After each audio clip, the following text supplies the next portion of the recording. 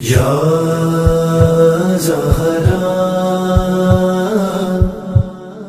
یا زہرا اعوذ باللہ من الشیطان الرجیم، بسم اللہ الرحمن الرحیم۔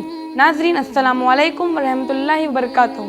ناظرین، آج میں ایک پروگرام لے کر حاضر ہوا ہوں جس کا موضوع ہے ایک باپ اور ایک بیٹی کے بیچ میں کیسا رشتہ ہوتا ہے۔ ہمارے رسول خدا صلی اللہ علیہ وآلہ وسلم اور ہمارے رسول کی بیٹی فاطمہ زہرا سلام اللہ علیہا کے بیچ اتنا عظیم رشتہ تھا کہ رسول خدا نے اپنی بیٹی کو اپنی ماں کہا، یعنی ام ابیہا۔ اور مولا علی فرماتے ہیں کہ جب میں فاطمہ کو دیکھتا ہوں تو میں اپنے سارے دکھ درد بھول جاتا ہوں۔ اور امام حسن اور امام حسین علیہ السلام نے فرمایا کہ جب میں اپنی ماں کو دیکھتا ہوں تو مجھے تسلی ملتی ہے، مجھے سکون ملتا ہے۔ اور ہمارے رسول خدا صلی اللہ علیہ وسلم فرماتے ہیں کہ فاطمہ میرا جز ہے، فاطمہ میرا حصہ ہے۔ جس نے فاطمہ کو اذیت پہنچائی اس نے مجھے اذیت پہنچائی، اور جس نے مجھے اذیت پہنچائی اس نے اللہ کو اذیت پہنچائی۔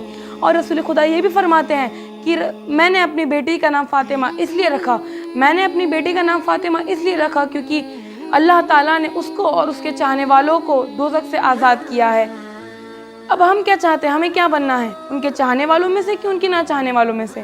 اگر ہمارے معاشرے کی عورتیں یا بچیوں کو ان کے چاہنے والوں میں سے بننا ہے تو ان کی سیرت میں چلنا ہوگا، ان کی نقشے قدم پر چلنا ہوگا، یعنی فاطمہ زہرا سلام اللہ علیہا کی طرف پردہ کرنا ہوگا، جھوٹ نہیں بولنا ہوگا، غیبت نہیں کرنی ہوگی۔ اور رسول خدا صلی اللہ علیہ وسلم نے اپنی بیٹی فاطمہ زہرا کو اپنی ماں اس لیے کہا تھی کہ فاطمہ زہرا سلام اللہ علیہا نے اتنا بہترین اخلاق اپنے بابا کے ساتھ پیش کیا کہ فاطمہ پھر رسول خدا کو اپنی بیٹی کو ماں کہنا پڑا۔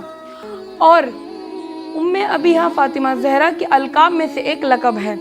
روایت میں ملتا ہے کہ رسول خدا صلی اللہ علیہ وآلہ وسلم کے سامنے جب فاطمہ زہرا سلام اللہ علیہا تشریف لاتی تب رسول خدا ان کے ادب اور احترام کے لیے کھڑے ہوتے اور سلام کرتے ہیں۔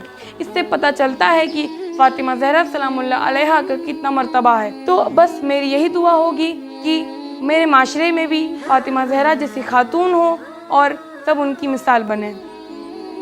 والسلام علیکم ورحمۃ اللہ وبرکاتہ۔